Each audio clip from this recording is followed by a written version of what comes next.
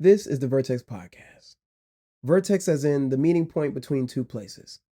Here is the meeting point between the human and the artist, and hopefully from our conversation to where you are on your creative journey. I'm your host, Yoyocam.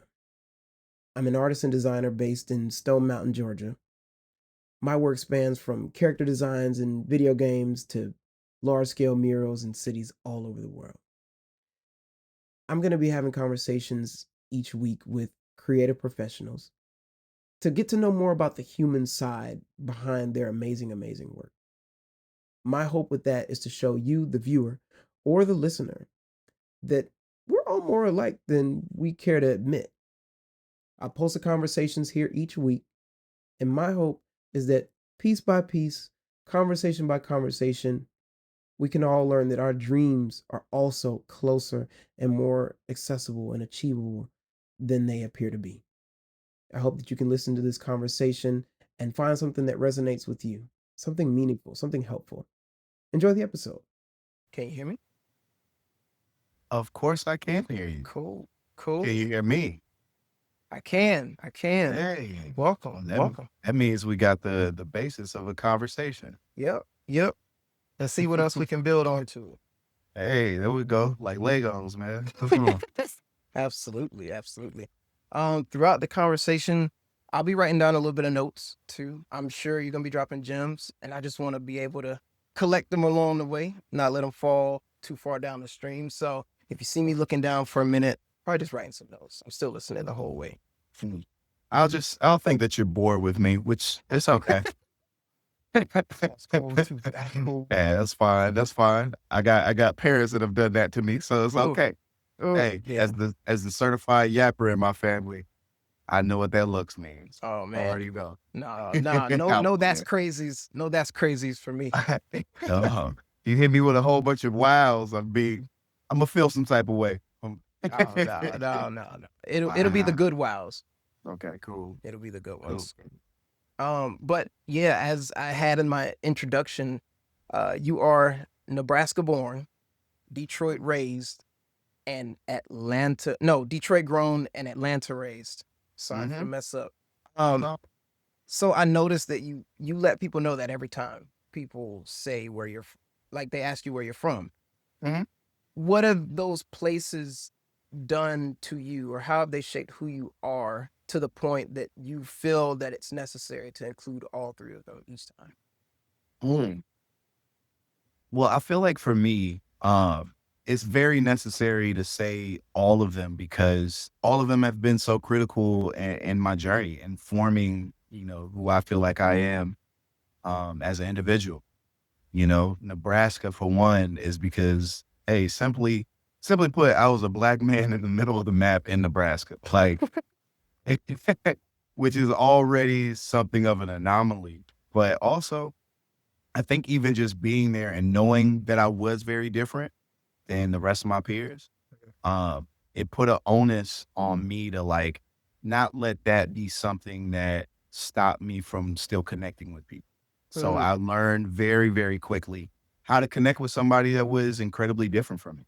So like, how does that happen? Like, you think to be so different and so other in a place, like most people would shy away from it. Most people would use that as an excuse, and like a reasonable excuse to just kind of shell up. Like, what made you go against that grain? I'm like, honestly, it was my parents. It's a combination of both my parents. Like my dad is a very confident person. Back in the day, he even used to joke around and call himself King George. Like, this is my kingdom. I'm a rule as such. And so like, see, exactly, I'm telling you, straight up Mufasa. Um, and he was just a very confident person, was like very, very proud of himself. So, a lot of me saw that confidence and took that, and took that as like, oh, I can do that too. And then also just being raised by my mom too. She just instilled a lot of wisdom in me and saying, I belonged in any room I was in. She always made me feel like, that I was someone that that mattered and that my opinion mattered, even at a young age.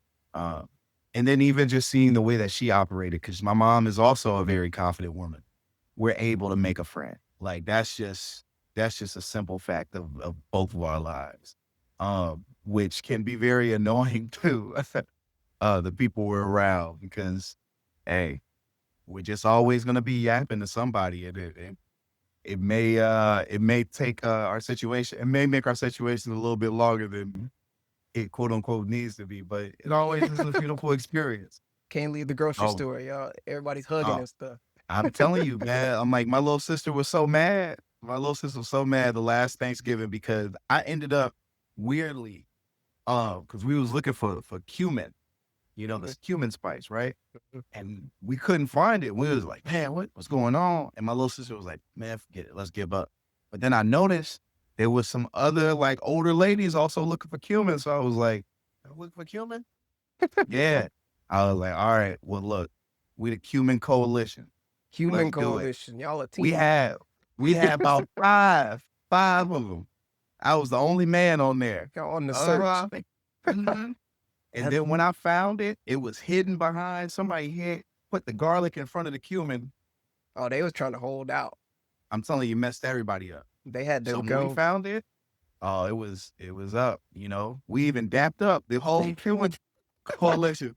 My little sister was just shaking her head. But I say that to say like, because I learned that from my mom, because I could see like it's not a scary thing to like be around people and to connect with, even if they look different from you. No matter what, there's always a point of connection.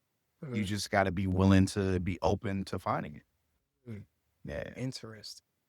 Mhm.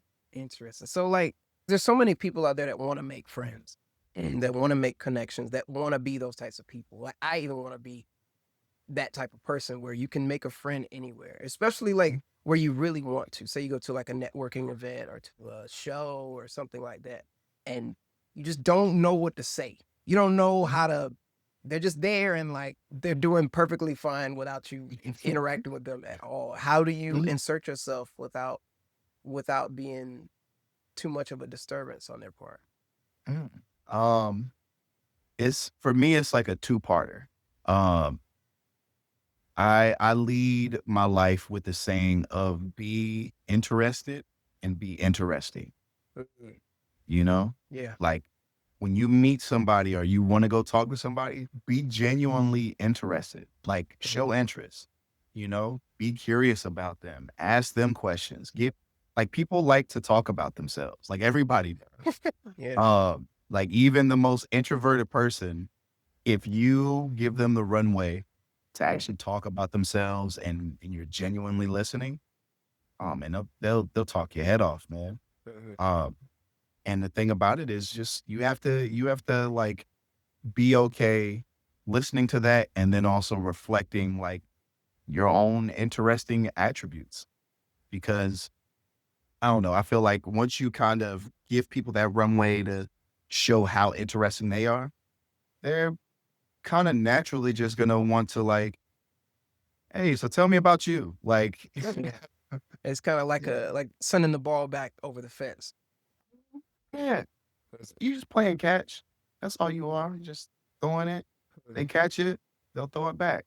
Yeah. Those are usually like some of the most like anytime that I've had success at events with networking, it does come from being genuinely interested in that person. Is there any one thing that I've noticed when it comes to being interested in people is that when you're interested in something that is a little less popular or a little more niche about them. So Mhm. it's one thing if there's a famous tennis player and like of course they're going to expect you to want to come up and talk about tennis, but Yeah. I've found that I make more genuine connections if I come up and talk to them about like, cooking or something like that and you Hmm. find this pocket interest. Do you Exactly. find that Yeah. that reflects the same in your life too? Oh yeah, all the time. I end up making connections off of the most randomest of things. Because I find that to be a lot more interesting. That says a lot more about that person than the thing that they're known or the thing that's like easily um engageable, I guess that's the best way to put it. Like, if I know you're an artist, the last thing that I really want to talk to you about is art. I don't.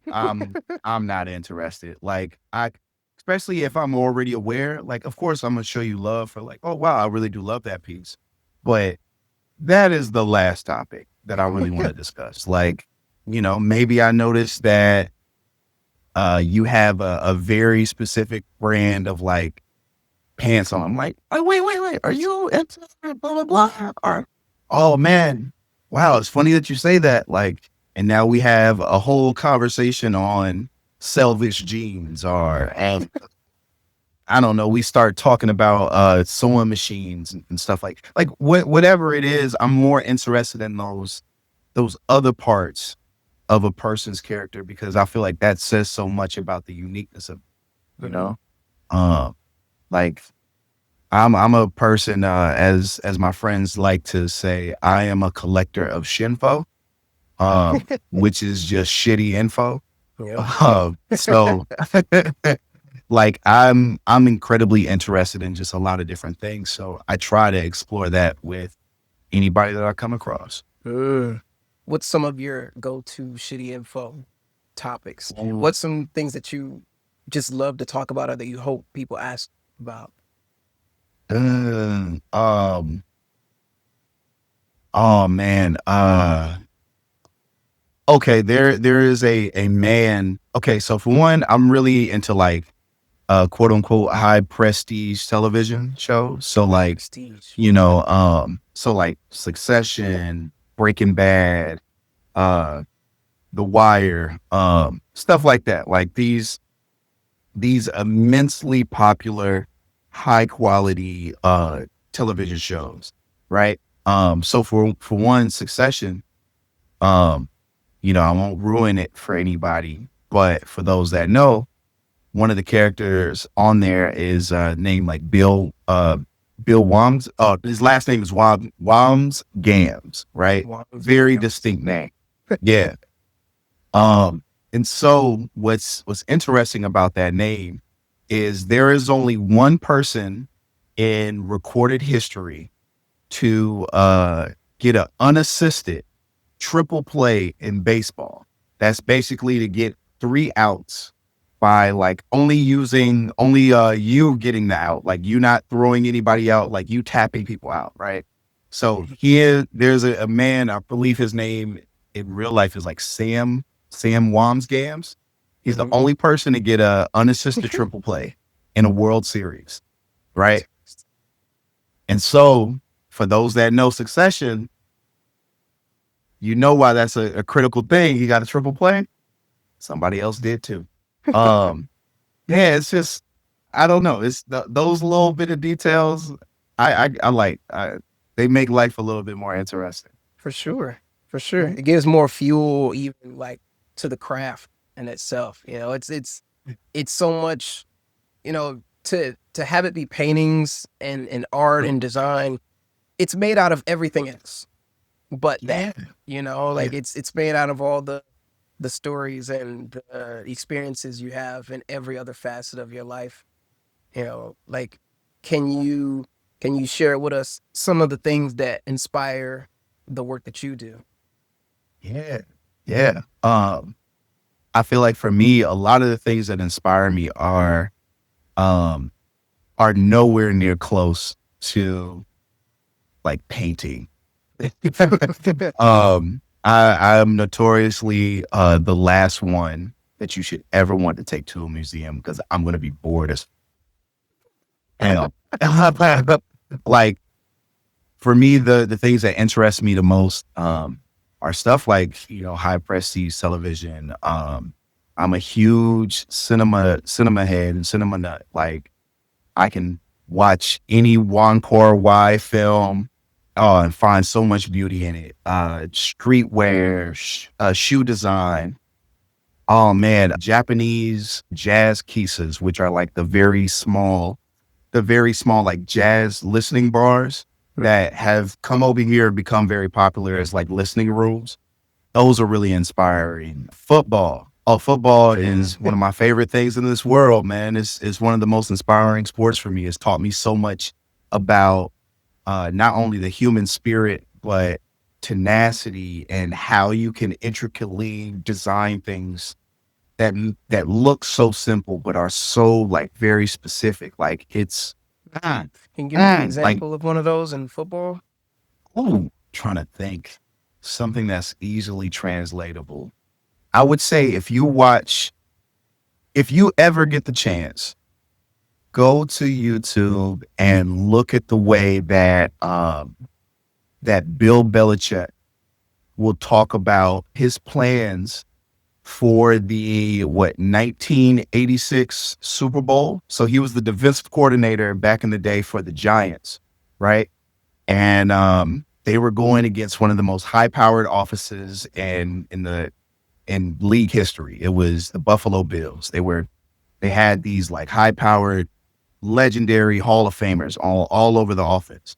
And Bill Belichick would talk about specific keys that he wanted each member of the 11-man defense to hit. And he would talk very specifically about what certain angles that each member needs to hit to make sure that each defensive player was going to be successful. Really? And then he even talked about, he was like, our whole strategy is we're not trying to stop everybody. We just need to stop one very specific person. And if we do that, that will literally tilt the game in our favor. Really? And it was so interesting because he like nobody was able to stop that offense until he got there and he knew, okay, that's the fulcrum. Like the whole entire offense leans on this one person. We can let somebody else do their thing, but we have to stop this one key. And if we do that, we win. And he'll go into immense detail. Oh man, it's gorgeous because when you see it, when you see when you see how it works, and you hear somebody talk about why it worked, and you watch it again, you're like, oh yeah, that makes perfect sense. I get it. Oh, it's a beautiful game, man. It's the most beautiful game in the world. Yeah. Yeah. Hmm. Breaking things down to that art and that science. The detail matters, man. It Yeah. always matters. Absolutely. Absolutely. So with those things, you're Mhm. saying that they're super inspirational to you. What roles do those things play? Like, how do those get translated directly to the canvas? Is it more of a conceptual or subjective, or is it more like in the aesthetics of it? Oh wow, good question. I feel like it's a little bit of both. Like, yes, there's a lot of conceptual things that I'm taking. Like, if we're talking about football, sometimes it is just like that tenacity of like, okay, well, we're gonna keep on pushing even if it doesn't work out, you know? Like we're just gonna try a new play. Let's try this out. Maybe we'll try this out. Um, or it could be something as like physical as, man, one of the most beautifully designed things is the Super Bowl logos from like the 70s till 2005. If you ever look at those logos, oh man, Sure. the color schemes, the line weights that they're using, like everything is so tied into like the very specific city and also tied into like the overall like design themes of like that decade.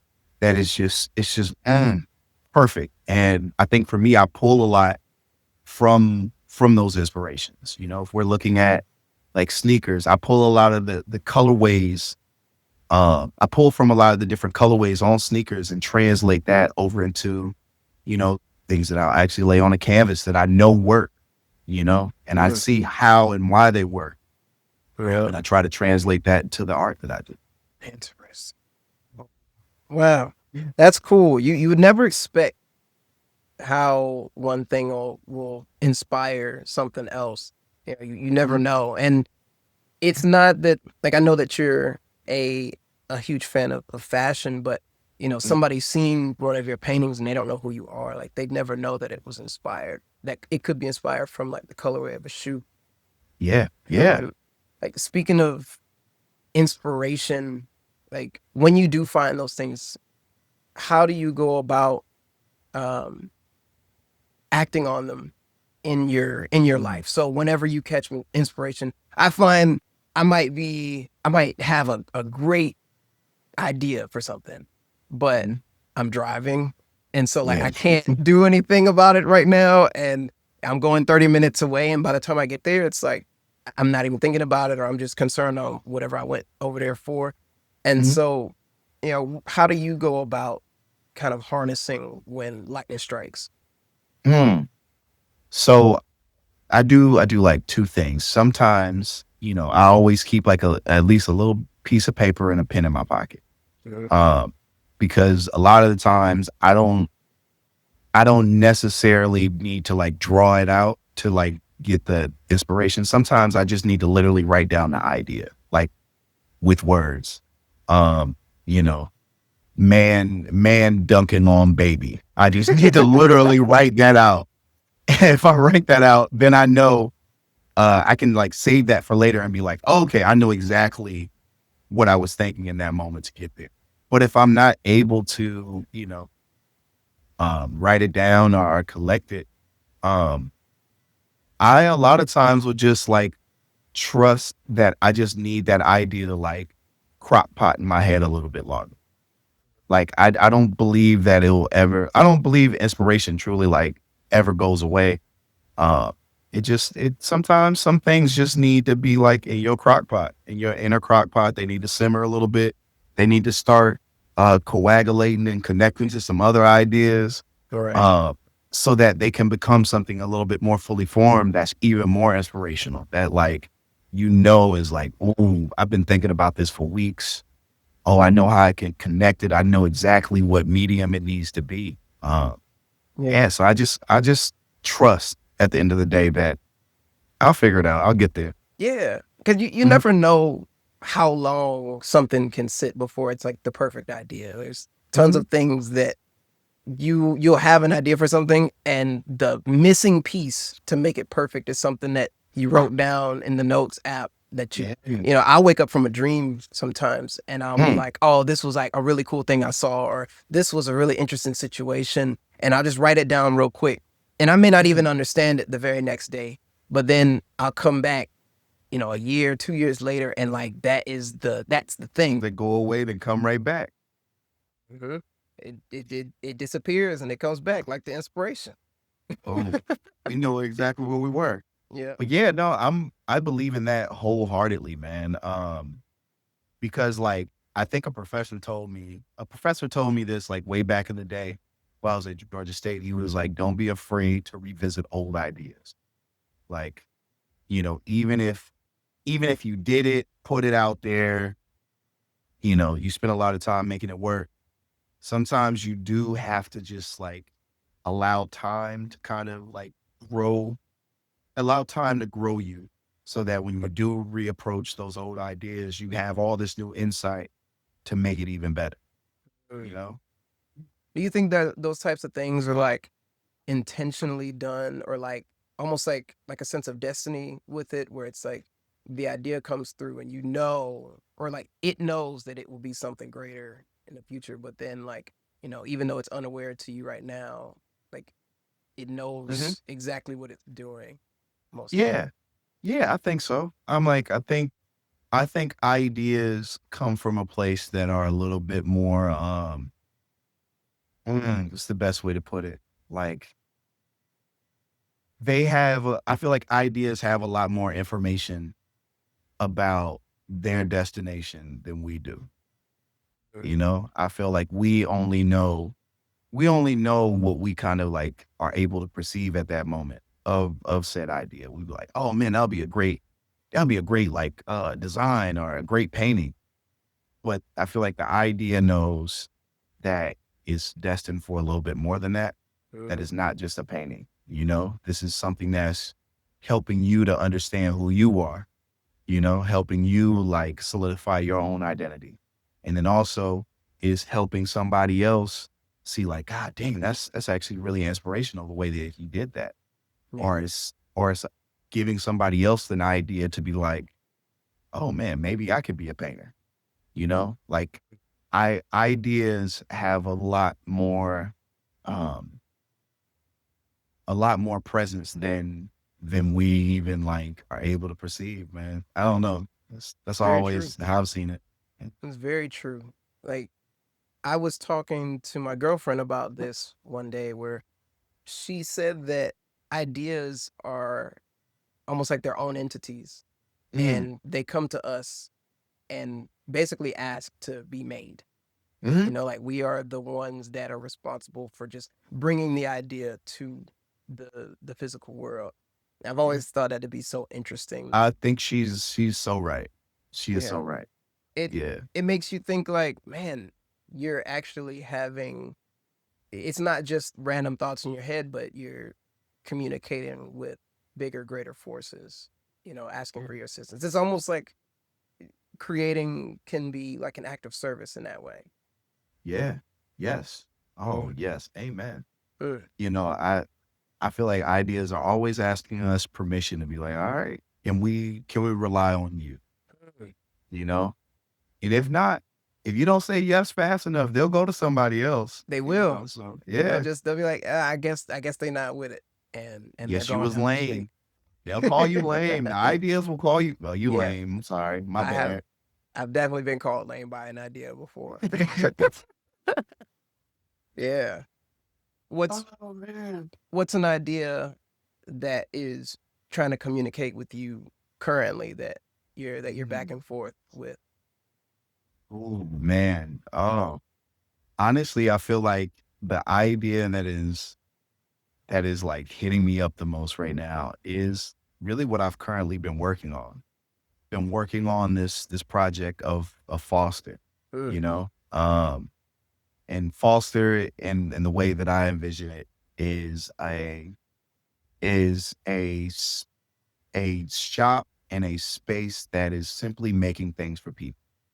Like we're just trying to make things that allow people to fully see themselves and to tap into their inner child. And, doing that through clothing, but also in a grander scale, um, doing that doing that through a actual physical space, like in person, real live meet space, like trying to make that possible has been like it's just been on my main mind right now. Like, and what's been so interesting about it is, um, it's giving me ideas in so many different ways. You know, Mm. like it's not just saying like, oh, here's a cool logo idea, or here's a cool T-shirt idea, or here's some art that you can make. It's like, oh no, well, here's another idea about like actual space design. Like, oh, here's an idea about couches. Here's an idea about flooring. I haven't thought about flooring. I don't be thinking about floors. I'll be walking on 'em. Yeah, Like, but I think because of what I'm trying to cultivate, my mind is now open up to those new ideas coming in and saying, okay, well, here's an idea about flooring if you haven't thought about it. Are you willing to accept it and learn and be curious again? yeah, And yeah, like these new ideas have been asking me to be curious and to not act like I know it, you know? So that's always a scary thing, but a good thing. for sure. Have you found have you found some troubles in doing that? Like, especially being somebody Mm, who has reached a level of success and a level of mastery in this craft, mhm, to have to go back. A lot of times new endeavors that we take on as people who are experienced in a particular craft, they're able to just rely on everything else. mhm. And but when you have to start where you don't have as much stock, you know, how do you feel about those things, or what kind of challenges do you face? Mm. Yeah, I still face a lot of challenges because it's like I feel like sometimes when you feel like you have like mastered a certain craft, you feel like, okay, I don't want to take the risk of having to start back over because it took a long time to get here.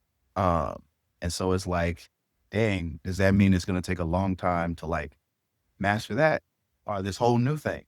Um, And it's like, yeah, but I don't know. I don't think I get afraid of that. Uh, and once again, kind of bringing in the parallels of the things that I love. Um, like football. Like you're always restarting, not just like if you're, watching a play, but even going back further, there's steps to get to the NFL, you know? Yeah. You become a senior in high school and think you are the top dog and know everything. But then if you get a scholarship to go to college, you're all the way back at the bottom of that depth chart. And you gotta like learn new things and learn better ways of playing the game so that you can become better. It's like no matter what, I feel like you're always on this cycle in life of like, if you're willing, you are always going to be relearning. You're always going to be beginning again. Like even in this space that you're in right now, like, yeah, you've been mastering your art work for like a long ass time. But now you've been learning new things, podcasting, uh, shoot, video production. I'm like, shoot, coding, all these Yeah. different things, like, even just straight up graphic design. Like, you're always beginning again. And if you accept that as a person, oh man, you'll be way better off. Yeah. You probably will save yourself from a lot of frustration and disappointment and things Mhm, when you don't quite perform as you would like to, or when you realize how much you have left to go. If you're like, well, I'm always at the beginning, mhm. so you can kind of feel more comfortable in those Yeah. facts. And that's Hit cool hit that the mat, hit the mat and get back up again, bro. Like, yeah. man, just get back up. It's okay, bro. You fell. Cool. Right. What are we gonna do Well, about it? mm, people fall every day, bro. You Yeah. know? Yeah. The difference is Yeah. just the ones that choose to stand up afterwards. Yeah. That's cool that you're able to get that experience starting again with Foster.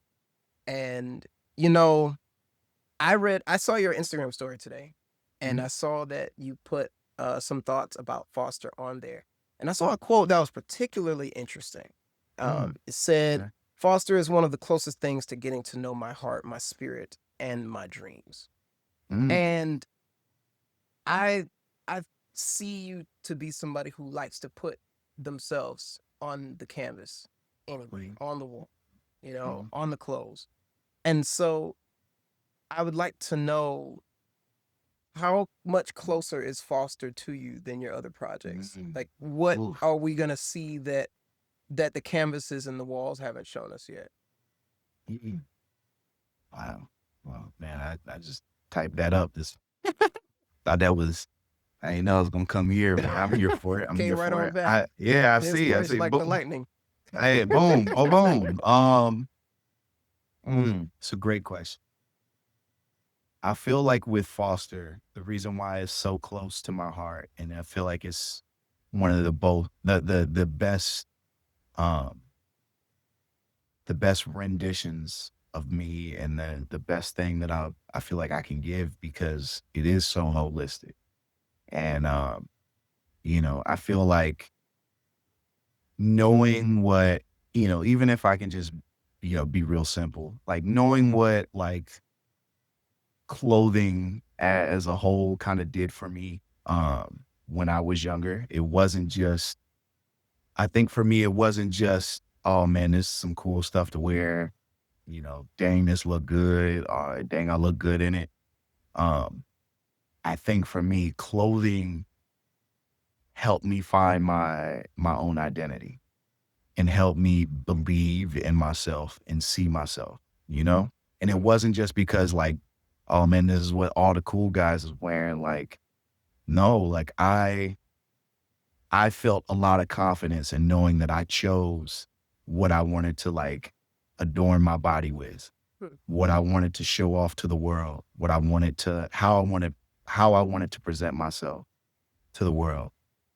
Um, and I found so much strength in that, not just in what I had on, but why I had it on. Uh, and I want to be able to give that same feeling off to somebody else, you know?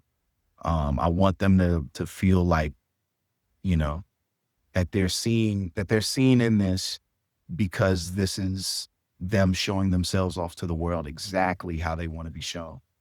Um, and um, I think one of the other things that really attracted me to make clothing was the communal aspect of it. You know,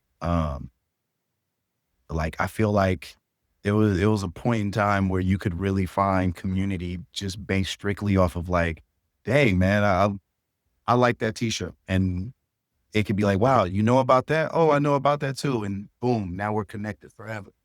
Um, and I want to be able to do that, not only just because somebody else is wearing a Foster shirt, but just because there's a whole space, a whole physical venue that people literally connect at, that people can um, find connections within themselves and find connections within others, you know? And I feel like those things are like who I am just as a person. Like, I'm going to always try to like big up somebody else that's around me. And I'm always going to try to like help somebody find connections within themselves and also to find connections within the world around them.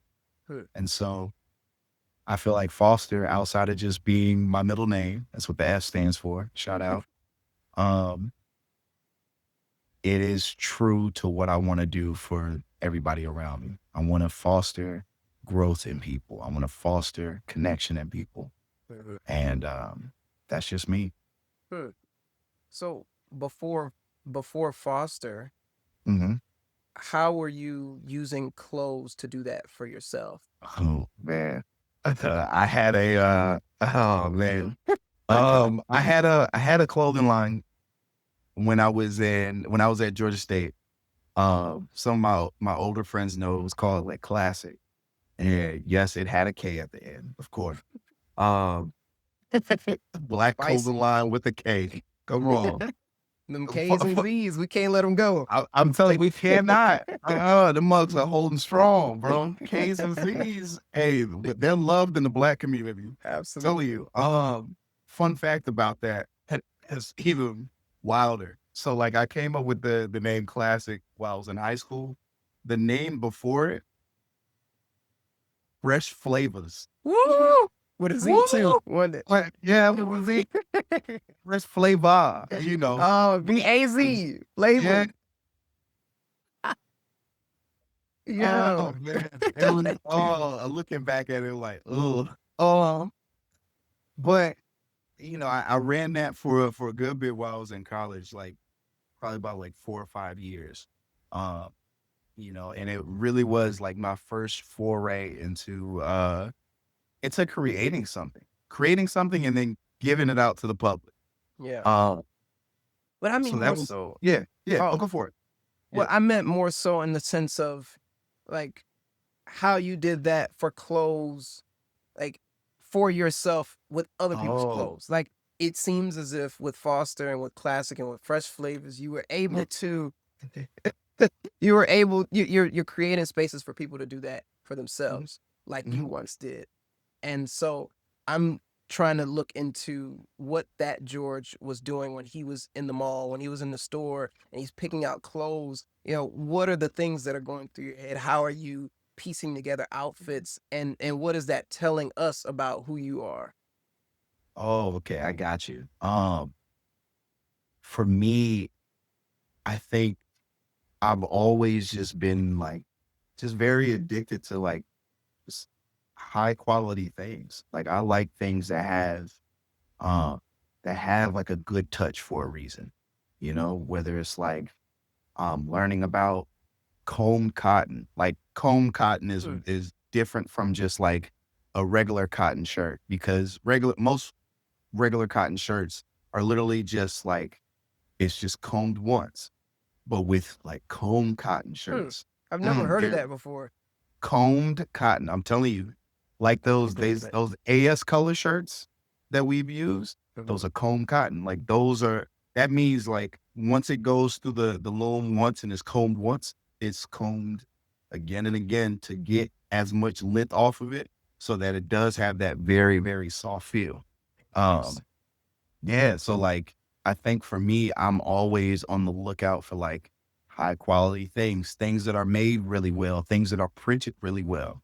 Um, you know, shoot, especially back in the day when it came to shoes. Oh man, I'm telling you, it was hard being me because I was, raised in a time where like Jordans were like they had to be on point, or your Air Force Ones had to be on point. I would come through with some Adidas that was like heavily colored, just like it wasn't just like the regular superstar three stripe joints. Like, nah, man, it was wild, man. I would get Joan. Ooh. But I had some Adidas. Some of my first shoes that I ever bought were these Tron Adidas. They were exclusive limited edition. I still got them to this day. Um, they literally had like Tron, like the old school Tron from the 80s on the sides. It was dope. Ooh, it looks nice. And they didn't even have laces. They just had straps over the top. They had 3 straps. And I was like, oh, those are hard. Racing I stripes. wore 'em boy, I wore them to school the next day. Oh, man. It was a whole bunch of these just, flaming up my shoes. They was like, "Why you got these kid shoes on? These must look like they light up." Mm, Like, oh, it was a hard day, but I wore them with pride. And I think this kinda, like, ties into, like, answering your question of, mhm. like, even in those moments where I was getting joned on, it didn't stop me from wanting to wear those. I was like, "Shit, Imma wear them again." Like, Yeah. it I knew that I was coming from a place where I would be perceived as an outsider, but I would also be perceived as, like, very confident. Like, I was confident in what I picked. Like, I knew why I picked it. I knew why I liked it. And regardless if anybody else likes it, I'm gonna do what feels good to me. Mm, And, I choose things that allow me to have confidence in myself because I chose them, not because they're on, you know? mm. Yeah. Interesting. Like you make the clothes Yeah. instead of the Heck clothes yeah. making you. Yeah, man. Mm. Mhm. Like how do you find that this is gonna segue into Mhm. another question that I'm really wanting to ask, but Yeah. how are you able to find that um, like we spoke earlier about how you got the ability to connect with people from your mom, and like how are you able to maintain this unshakable positivity? It's like contagious even, when Mhm. people come around, you will show them yourself and they just light up right with you. And even in the face of adversity and in the face of people roasting you, in the face of Mhm. being discouraged, you're able to just like stay in there. How are you able to fight the current when it's, all day? I can imagine myself Yeah. being like in middle school and something going on. I'm like, shoot, I'm taking these shoes off. I'm coming up out these shoes. I would You probably you going to the lost and found and grabbing whatever they got in there, tell you. man. So y'all just about to roast my socks because I'm Uh, putting these in the locker at lunch and y'all will never uh, see them again. And it's like, uh, how do you keep those shoes on, man? my man's going to the assistant principal and being like, Can you give me that outfit for if I peed on myself? I didn't, but I Yeah, just man. need to restart." You got that jumpsuit, that school jumpsuit. Oh man, I can't. I feel like for me, uh, the reason why I do stay so positive is that I actively find things that keep me positive, that keep me believing in the beauty of the world, you Mm, know? okay. So that like, because I experience I'm like anybody else. Like I have some horrible days where like nothing is going wrong or I'm not even like feeling good about myself. Or I'm not feeling as positive, but I still hunt for beauty in the world. And that beauty keeps me alive. It keeps me it keeps me sane. It allows me to like to know that these tough times aren't gonna be forever. Mm, Uh, and they don't even have to be like cheesy things. They can be as simple as like finding the beauty in a cinnamon Pop Tart or finding the beauty in the interconnectedness of life, you know? Like it doesn't matter how small or how grand it is. It's just making sure that you actively are on the lookout for beauty because this world gets very ugly very quick. So how do you but like how do you find that if I'm somebody and I Mhm, work at I'm working at my local grocery store, I'm mhm, living paycheck to paycheck mhm, and my living situation sucks, my roommates suck, I'm not doing anything I want to do and I'm just frustrated and I'm just seeing everything wrong. How do you pivot? How can you like turn that mhm, direction and start to see positivity in life when all you can really see and it's so loud that mhm, like everything sucks all around you? How does one what's like a that first call to action, if you found yourself in that position? mhm. If I found myself in that position, I think one of the first things that I would do is I have to first recognize that, okay, even in all of this, there is at least a little bit of beauty in myself. Like I'm here. You're here. You're here. And because you're here, that means that you have the opportunity to change your life, you know? Even if you don't want to focus on you, try to find there no matter what your situation is, there's probably something that is infinitely more interesting than your circumstances. Um, it can be something as simple as like, um, oh man, I think for me, sometimes what I like to do if I'm feeling like everything is crummy, I just try to think about, okay, what was like one of my like favorite movies that I've like ever seen? Um, maybe I just need to rewatch it just to know that like there is something that's great out in this world, and maybe that can like shift my perspective a little bit. Or I try to like relook at my situation. I'll write it down. Like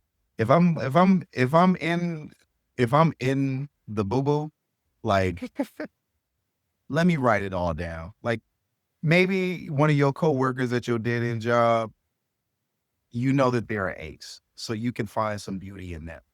You know, or maybe like yeah, you got a crappy roommate, but bro, you got a roof over your head. Mm. Like ap- I try to appreciate that. That's a beautiful thing, man. Yeah. Especially when Hey, it's cold out, like December, man, January. You need that. man, cold world, no blanket. Yeah. But think about it. You could be cold world, no blanket, or you could be cold world with a blanket.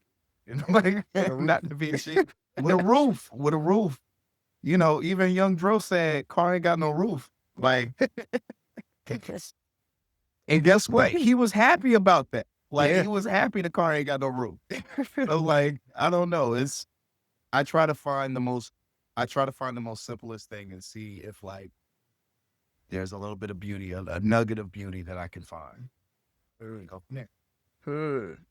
Interesting. So for somebody who do you ever find in trying to find those positive moments that you have voices that speak otherwise? Like so when you're trying to find, okay, let me find my favorite movie and you have that Mhm, loud voice that like every movie's trash, every movie sucks, like mhm. this all is terrible. Like what kind of conversation do you have with that voice to be able to keep going? Uh, Man, that voice is very loud. Yeah. It's very, very loud. I don't know if you ever seen BoJack Horseman. I haven't. I know the Oh character, I can man, see it, but I've never seen it before. man, it's a phenomenal show. But man, it can be depressing with how real it is. But I only bring it up because there's one scene that is beautiful. Like it literally is. It's animated from the inside of BoJack Horseman's mind, like how he processes things.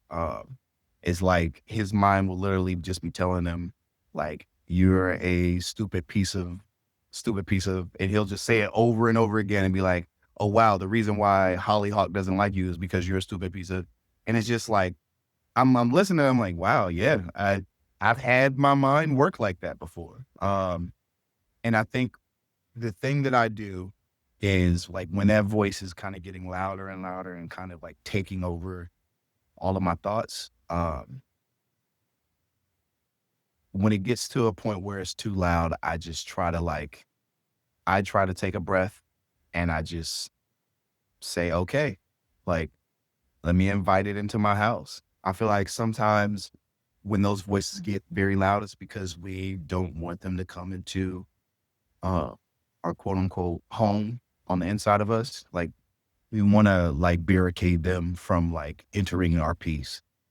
Uh, and I think for me, conceptually, like I just say, okay, you're here.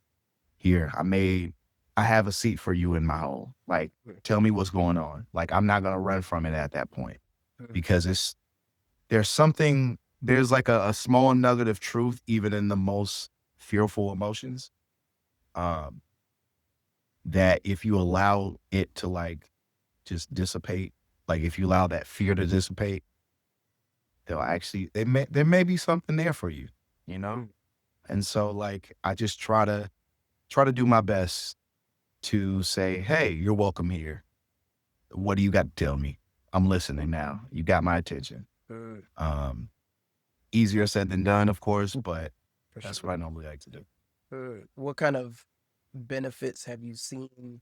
What has Mhm. inviting these voices into your home done for you? Is that something that you regret doing? Is that something that you enjoy doing? Are you thankful for them? Mm. I'm thankful for them because they allow me to be more honest with myself and then with others, you know? Um, I'm able to be a lot more vulnerable. And I feel like for me, that's a good place to be in because it's something that allows me to be a lot more authentic with everybody around me. Um, Whether it's like with me and you, or even if it's just with me and my sketchbook, I'm allowed to like be a lot more vulnerable and literally draw out that I'm feeling scared or that I don't feel good or I feel like scattered.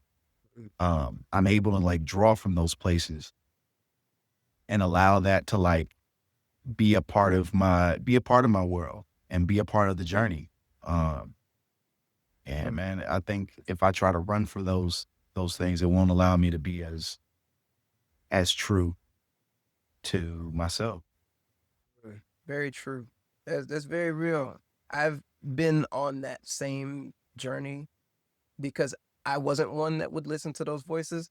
Definitely had all the windows and the doors boarded up, Mm. locked, combination, alarm on the outside, turrets in the Mm. yard, Right. like There's zone. zombies out there. Right, exactly. Like I got traps set up down the street. It's like, no, not even close. And Mhm. I found that it's it has had its share of benefits and challenges by being able to speak with them. And I thought that, you know, especially just growing up as a man, you you're not really taught to show emotions other than like anger, maybe. Mhm. And even that can be destructive in itself. You can get into a lot of trouble using anger uh improperly. And so listening to those different voices, it has been able to help me improve the way that I express myself across these different creative facets.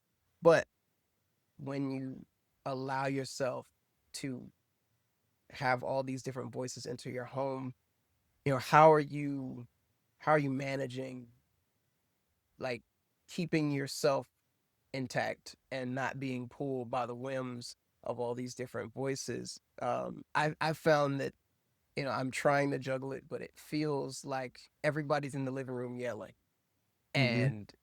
and I just try to like zone in on specific voices and try to ignore the others. But I'm curious to know if you found a different way to find harmony amongst all your voices. Mhm. Uh, it's gonna be a very random and very specific reference. Have you ever seen Bring It On? I haven't. I think it's like is it a cheerleader movie? Yeah, it's I a I might have. cult classic. It's a cult classic. I say rewatch it now. But they have this interesting thing in there called the cheer stick, Mhm. and like you're not supposed to drop the cheer stick ever. But whoever has the cheer stick has the floor. And so in my head, I know it sounds weird, but I give my emotions the cheer stick. And I say, hey, here, you can speak. Everybody else has to chill out. It's on you. You have the floor. Yeah. Um, and like when I try to like hone in on just one and kind of allow, like I tell myself, like all all parts of me have room to speak. You know, you can be as loud as you want to. I'm gonna listen to all of y'all. Everybody's gonna get their turn at the wheel. Like, say what you got to say, and then from there, I remember I still have control. Like, I can still take a beat before any of my emotions force me to act. Interesting perspective. Bam, bam, To bam, have bam. like a cheer stick. Yep, yep, exactly. Interesting. Mhm, I've found that that even happens when you're making artwork too, where if you're ever sitting down to draw and you might, oh, I want to study this specific shape or these color mhm, palettes, or then in the middle of drawing, oh, this has to be something that is going to look good on Instagram. And then when mhm, you're drawing, oh, well, my line work isn't the best I've ever done. I should practice line work. Maybe I should focus on this. mhm, And you're trying to satisfy all these different voices in your head, and it can get really, really jumbled sometimes. yeah, And like, I know a lot of people that can just that would discourage them to draw anyway. Like they won't even want to because they don't want to have to do all of that cheer stick pass. You know, because mhm, you're never satisfied. You can't satisfy all the voices. mm-mm, You know, not at least not all at the same time. yeah, You know, and it's it's interesting. It's it's very interesting to have like a creative uh I guess like a board of directors you can even have. You mhm, know, I'm curious to know who's in your creative board of directors. You know, mhm, what are your voices ask of you when you ooh. create? Oh man, we could treat this like Inside Out. Yeah. So so my board of directors consist of, okay, of course, my inner child that just wants to be doing this cool thing of drawing, right? Um, so you got that, but then you have graphic design me that is just like, all right, now we got to make sure everything looks balanced and has like a good composition and blah blah blah. Then you have marketing and typography me, whereas like, all right, well, let's make sure we have a good message. Like, all right, the words have to be right, you know? Then you have the insecure parts of me that are like, oh, this is not good. This isn't as good as blah blah blah. Or "Mm, this feels like very derivative of stuff you've already done. Uh, is this gonna be how it always is? Are you ever gonna get better? Um, then you have like voices from, that are more positive, like probably like my mom's voice of like, hey, just do what feels good for you, baby. Like it's okay. Like this is going to be amazing no matter what, because you did it. But then, you got a voice like my dad where like, all right, well, it's just gonna make money. Like Yeah. like there are so many different voices that come into play whenever I am doing or creating anything. Like to where I let them all speak. Uh, but I still do know, like at the end of the day, I have to make sure it speaks to me. Like if Yeah. it speaks to me, perfect. Mhm. Interesting. Do you find that it's easier to kind of go in order like that? Do you go and like, okay, I'm gonna do this one first, and we're gonna satisfy this, and then this, and There ain't no order. I wish there was order. I wish, but there is disorder. I feel like no matter no matter what, we live in a medium of finding chaos and creating order. You know, like that's just what we do as artists. Like we are comfortable living in the world of chaos and saying, okay, here's my little area of chaos that I've collected, and here's the order that I feel like it should be in. Hmm. You know, Yeah. like Interesting. like mhm, Like I've seen, because I've always seen it the other way, where seeing like a blank canvas or seeing just a plain white sheet of paper, it seems like water because it's mm, all one. And then you yourself are wow, making the marks to like make chaos of something that wow. was once orderly.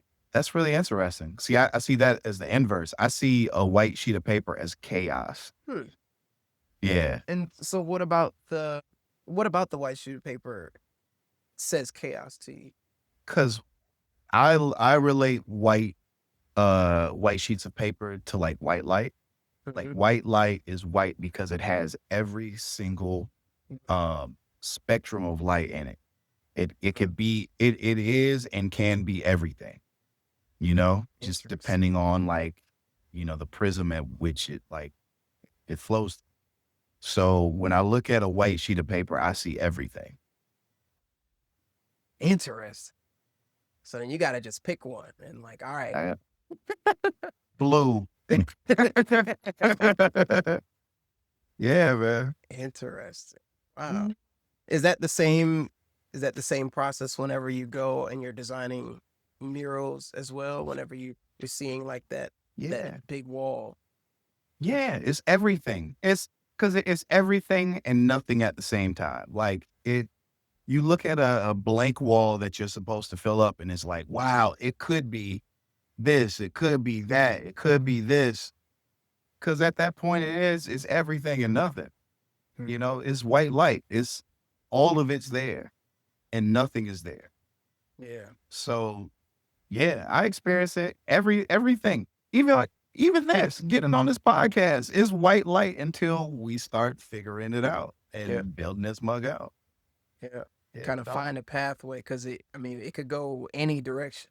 Huh. We can freak it.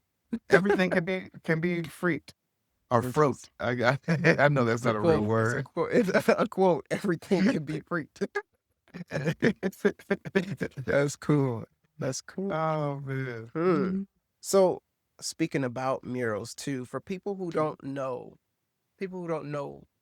who you are and what you do, you know, what how would you describe your your creative process to people? Hmm. I My mean, like creative process are maybe just like my artwork.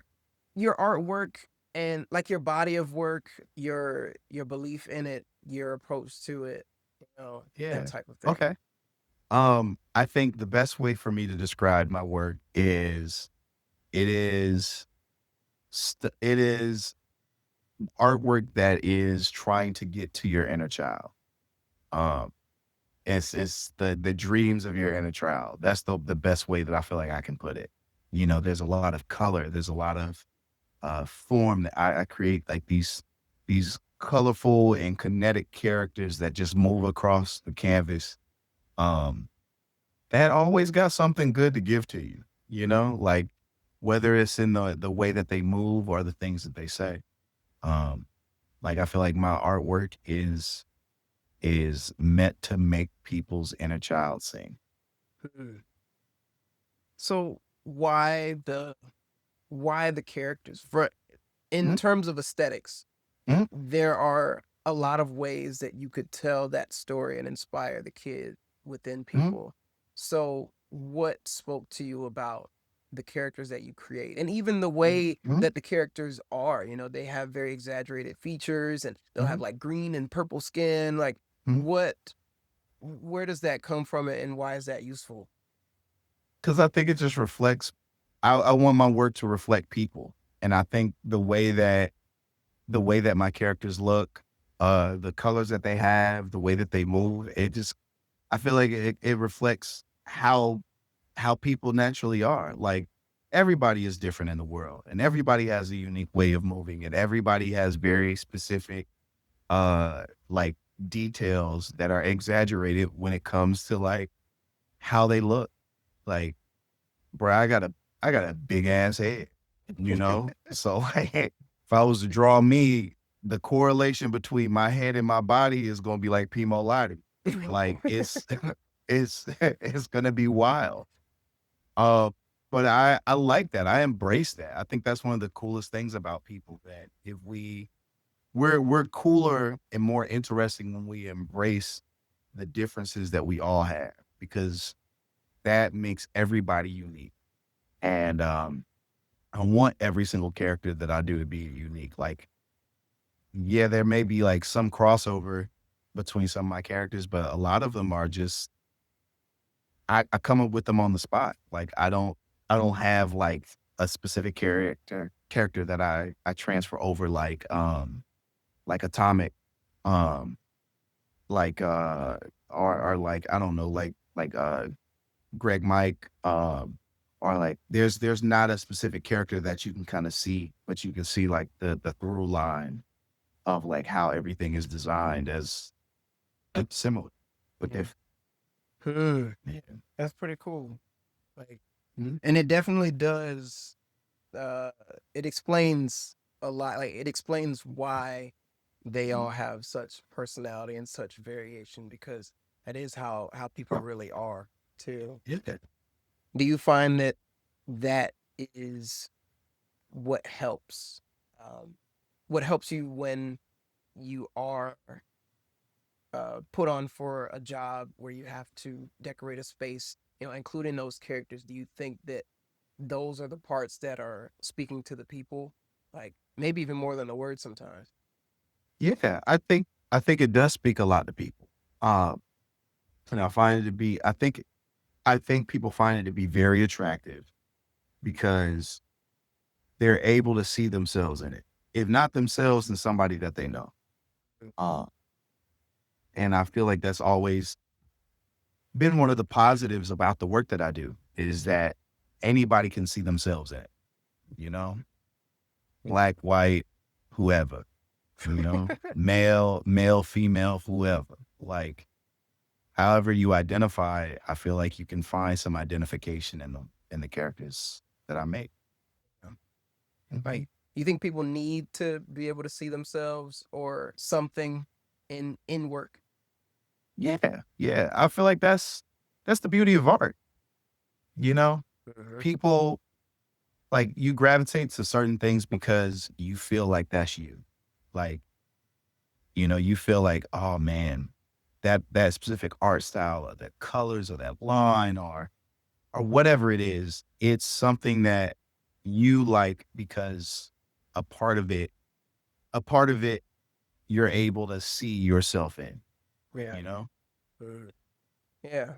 Being able to like reflect back, Mhm. like, because then it Literally, almost yeah, feels that's like you're me. a part of the piece. Mhm. Yeah, you are. Mhm. You are, dog. Interesting. Is that why you started doing murals to begin with? Um, well, I started doing murals because a friend asked me to do one. But other than that, I think one of the reasons why I wanted to do murals is because um I felt like I had something to give to people on a grander scale. I've never been one like that really likes canvases. I say that as there's like multiple canvases all around me. That's just Dummy. proof you. That's just proof you know what you're talking about. Exactly. Yeah, we'll go with that. Hypocrite. But no, I prefer for my artwork to be something that's like seen and received by a lot of people. I don't want it to just hang up in your wall or hang up in your home.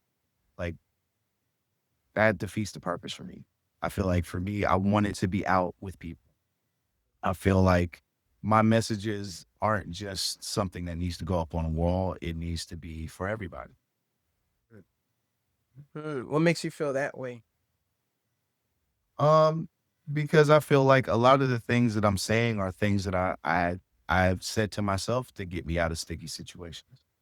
you know? And I feel like everybody is out here in sticky situations, you know? Everybody out here is a little bit afraid and um has needed a small sign or a small sliver of light to continue down that dark tunnel that we call life, Mm. you know? And so I want to be, I've always said to myself, I want to be that last thing that you see that makes you believe that you can go another day, you know, whatever it is, like whatever it is that you're going through. I want to be able to like meet you at that moment of despair that makes you believe that you can do it again.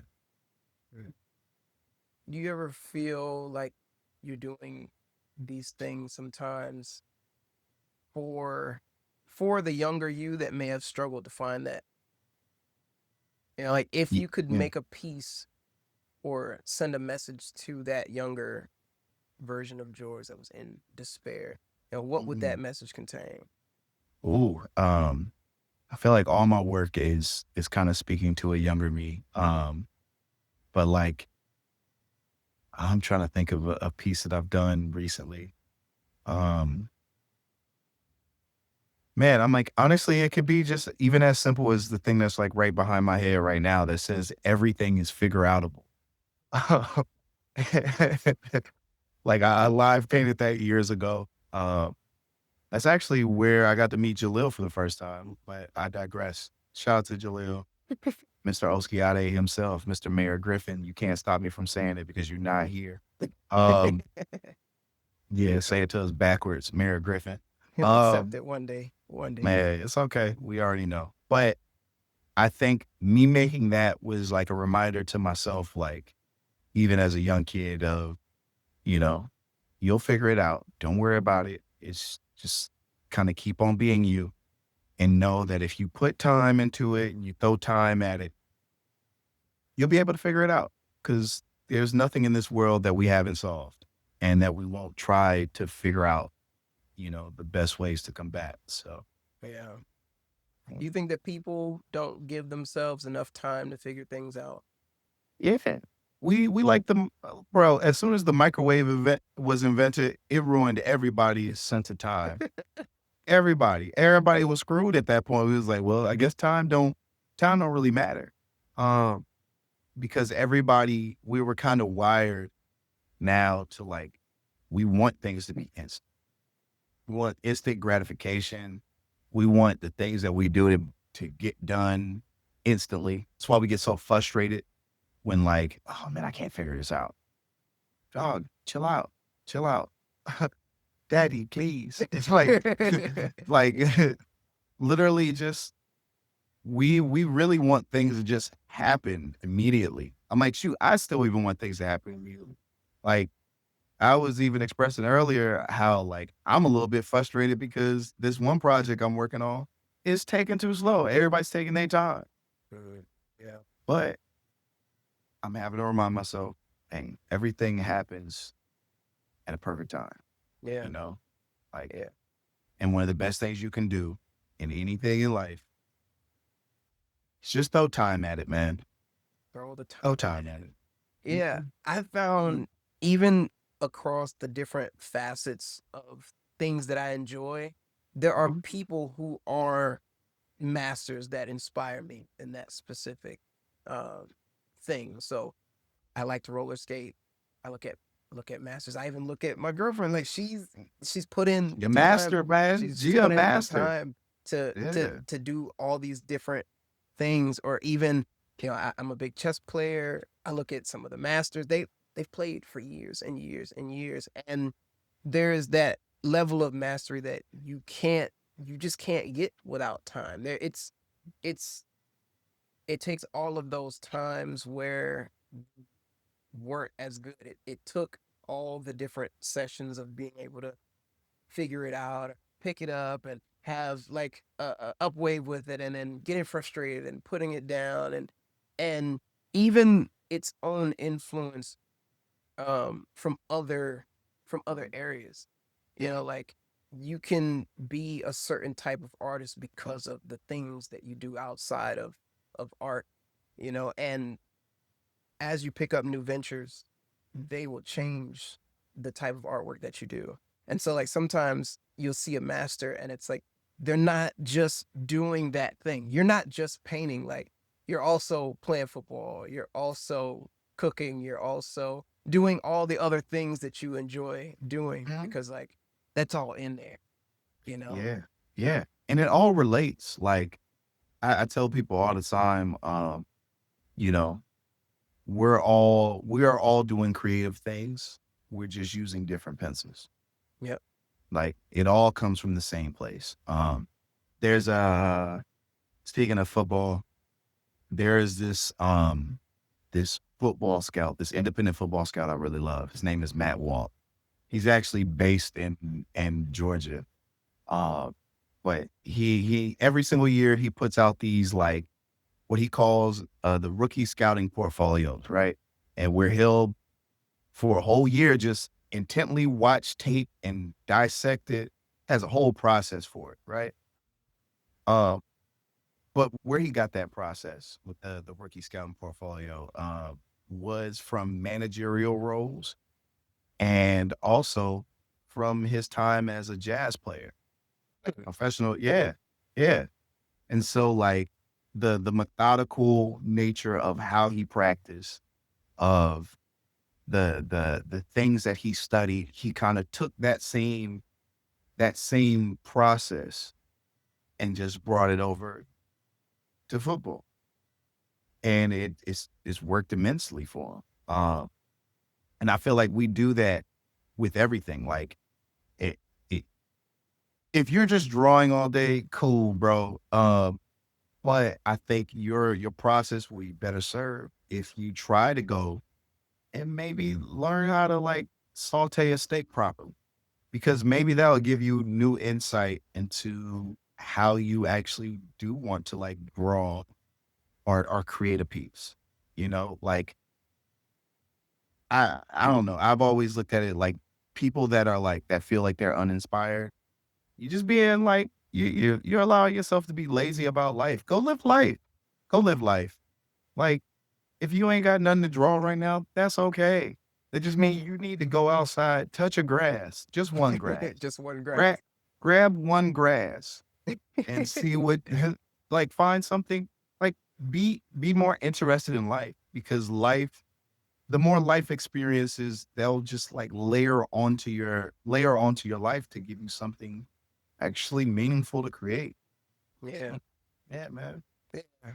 I used to listen a lot to Jake Parker on YouTube, Mm. and he would always refer to that process as having a creative bank account. And when Yeah. you live life, you're like depositing and depositing, and then as you create things, you're spending. And if you're out of things, that means your creative bank account is empty, and so it needs to be replenished by going to Yep. live more life. Yeah, And man. and it's cool that it can really change and twist how you do the thing you do, and it really Mhm. helps separate somebody from like other people that do the exact same things. Mhm. um One of my favorite roller skaters ever, um Johnny Hill, he it's just something about the way he skates. It's just, I'm like, what are you doing, how? and and he does kickboxing, he does I think he does taekwondo, he Mm. does salsa. He Mm. he likes to just he's very active, and he just does a lot of different sports where he's moving Yeah. in different ways, and you see Kinetic all of them. genius. That's what that is. Yes, very much so, very much so. And he does a lot of uh partner skating in the rink, in the way that he just he skates so different from everybody else because he's using moves that like not everybody in there doing taekwondo. Not Mhm. everybody in Yeah. there is salsa dancing and not doing these other things. So like Yeah. they're doing all these different moves. It's like you see something you're like, how can you even do that on skate? I didn't even Mhm. know that was a thing. How are Yeah. you? And he's But like, that's cool though. yeah, yeah, Oh, oh. it's incredible. Like he'll, I remember the first time I seen him do like a high kick. I think it's like a Mhm. roundhouse on skates, Mm. and then went down into like some breakdance. And I'm Wow. like, if you're just hanging around the rink all day, you're not gonna see that. You don't see that Mhm. every day. And so, Exactly. and that was his benefit from being able to, mix mediums like Yeah. that. Yeah, you gotta pull like, you have to give your mind the chance to pull from something else and to, like, create something new. Because that's really what creation really is. Like, if we really boil it down, creation is like taking 2 different compounds and putting them together in a very unique way. That's it. That's all that it is. Like, for me, it's taking the compound of murals, and then combining that with the compounds of like Japanese design, streetwear, shoes, and quote unquote positivity. Like, it's seeing, wow, this is my unique thing. That's you're supposed to like you're supposed to connect those things together because that's how you get those interesting uh movements that inspire the world, Mm. you know? Like, Patrick Mahomes, right? The quarterback. Yeah. Yeah. So the reason why he's so great isn't just because this man is some type of football savant. The reason why he's so great is because when he grew up, he was also playing baseball. And what baseball, to be great at baseball means, especially as a pitcher, like, you have to be able to be very flexible and to be able to pitch and throw from a lot of unique angles.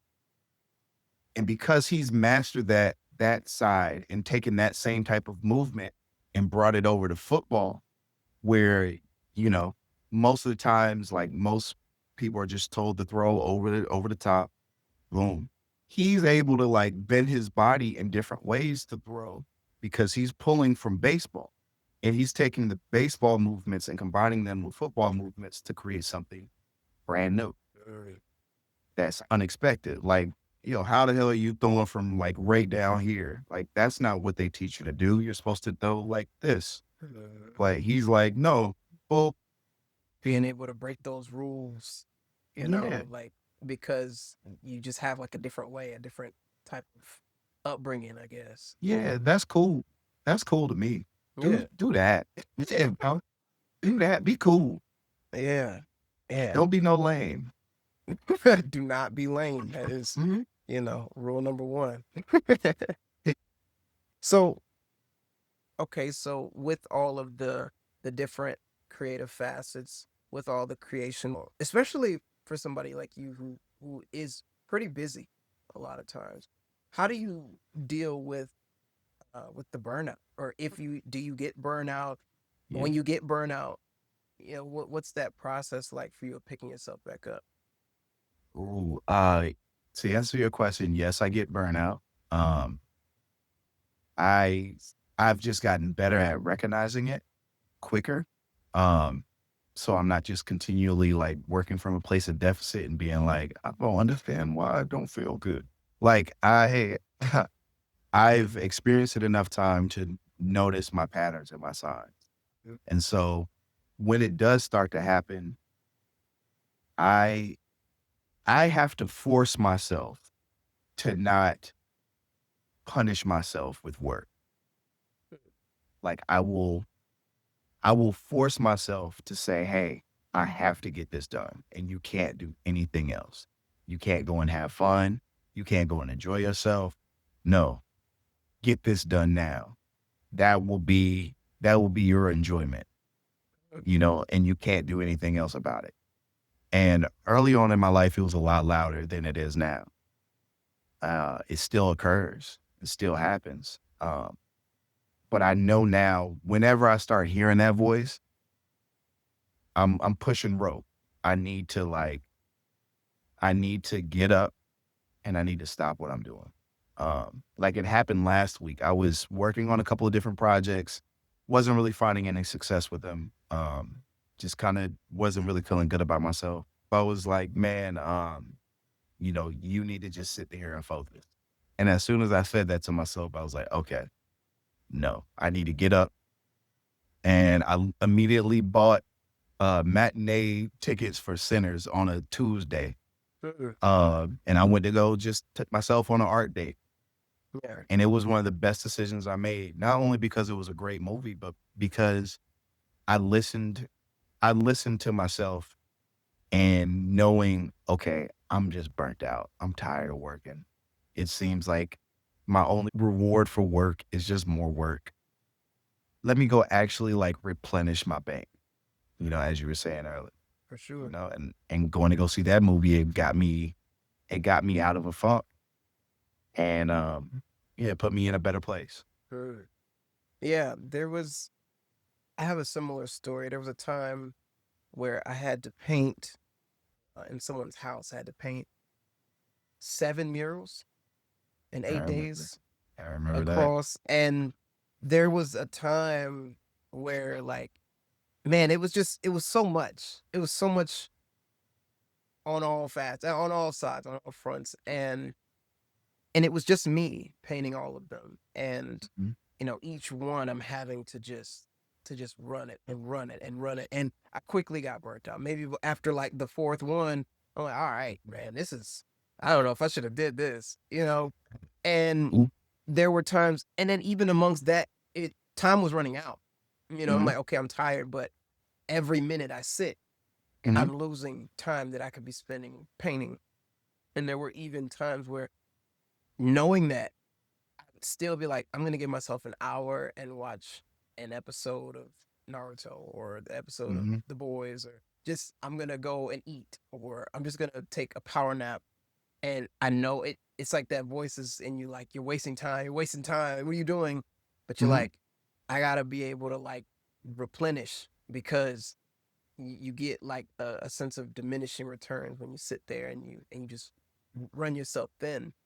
But where do you find, I also find where if I do that too much, Mhm. it quickly becomes unproductive.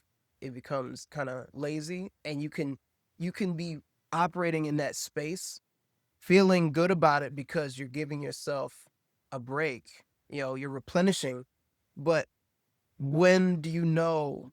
How do you strike that balance between doing good work to heal yourself and just being lazy? How do you kind of Mm. get yourself back to work, or know when to stop and when to go again? Mm. Oh, that's a great question. I feel like it's an honesty thing. Like, you know yourself, you know when you're bullshitting, you know when you're like running away from it, not because you're tired or not because, you don't have inspiration. A lot of times you're just kind of running from it because you're a little bit fearful of it, whether you're fearful that you feel like you don't have the idea or the wherewithal to figure it out, or you're fearful that like, oh man, if I get this done, that means that I have to do like a couple more things to actually like bring this project to fruition. So it's like I feel like with me, I know when I'm bullshitting myself. Excuse my French. Like I know when I'm like I'm just playing around. Um, and so it's a level of honesty that you have to have with yourself of like, all right, man, it's time to get back to it because it's time to get back to it. Like I gotta just face it, Mm. you know. So how do people, if somebody doesn't quite know themselves as well, how does one distinguish that voice? Like, how can you find the point where you're bullshitting yourself, and when you're like, okay, I gotta get back to work, and like, i'm just I'm just playing. Hmm.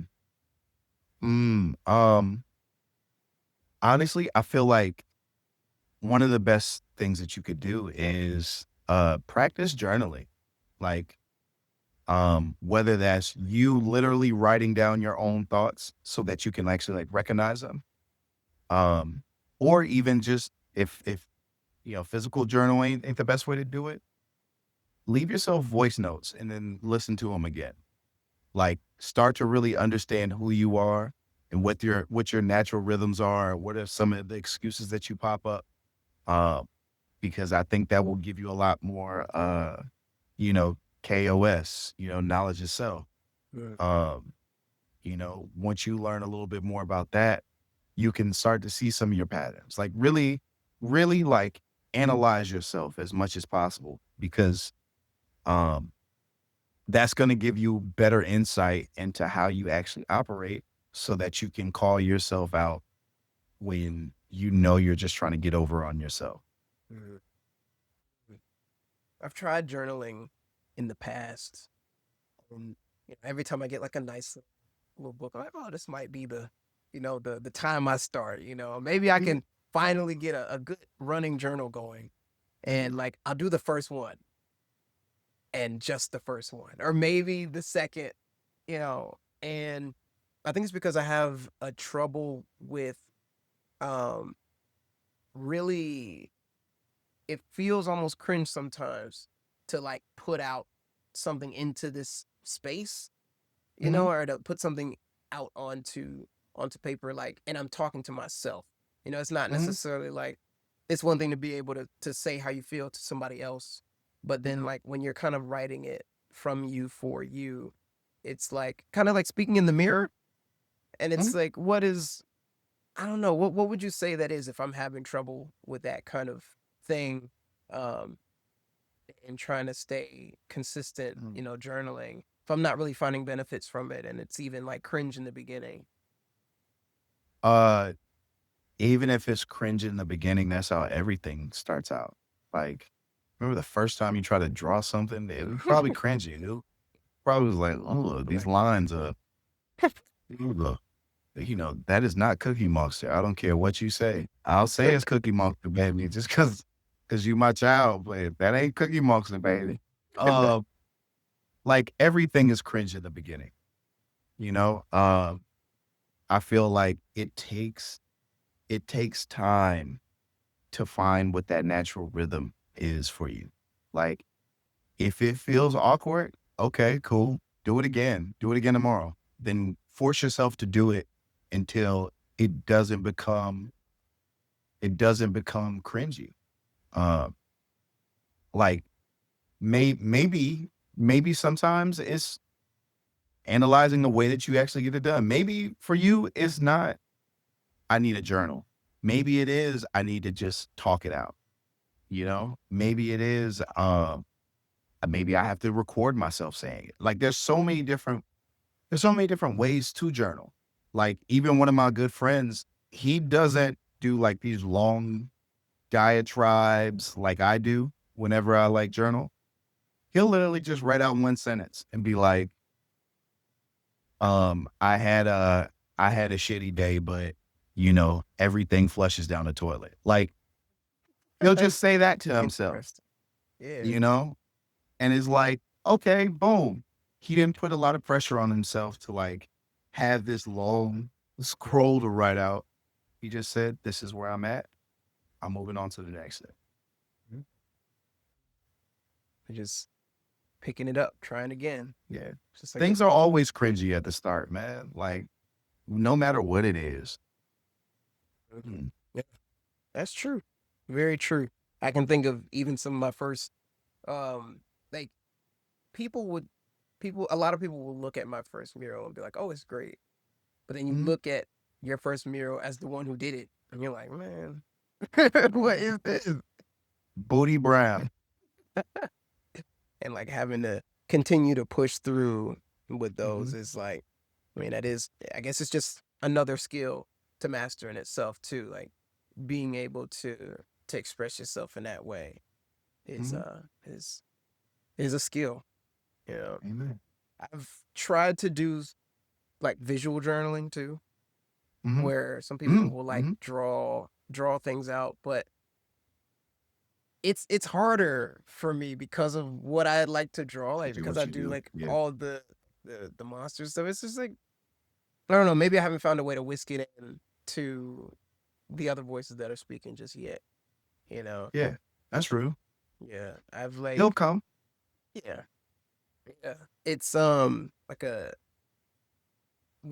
I'm kind of in a place where I'm still going back and forth with the voices, and like we're still kind of having conversations and button heads and like trying to figure out where we can help each other.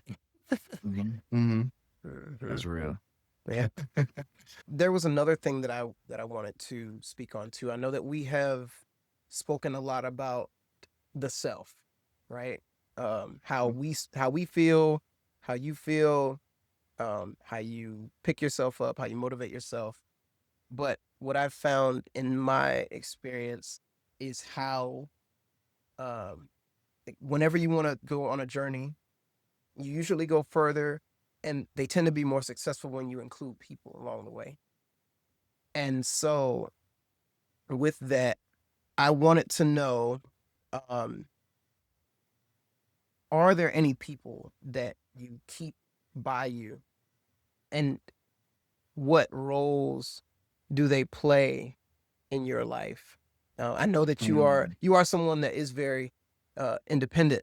You know, you do quite a lot by yourself, but Mm-hmm. I'm curious to know if you have any people helping you on the sidelines nowadays. I know that Mm-hmm. you speak about how your parents were big inspirations just in who you are today, but as an adult, who's on your RPG party, you know, and what do they do? Good question. I have a few people that come to mind. I feel like my one of my best friends, Micah Smith, who I like to call Marty for previous reasons. He's always been somebody that's been on my team. That's been in my corner. He's where we like to call ourselves. That's our mastermind group. Like we get together and we start we know that we can confidently lay our own dreams, frustrations, wants, and desires at each other's feet, and both people will like pick them up. Like we'll pick them up and deal with them and help organize them, and won't deem anything to be like unworthy to be brought into that forum. Yeah, we always have like pushed each other and celebrated each other at all the different junctions. Like, man, we've been broke together. We've been broke together and got money together. Like you know, that's one of my like closest friends, somebody that I can bullshit with, but will never bullshit, you know? Mm. And that's something I can always depend on.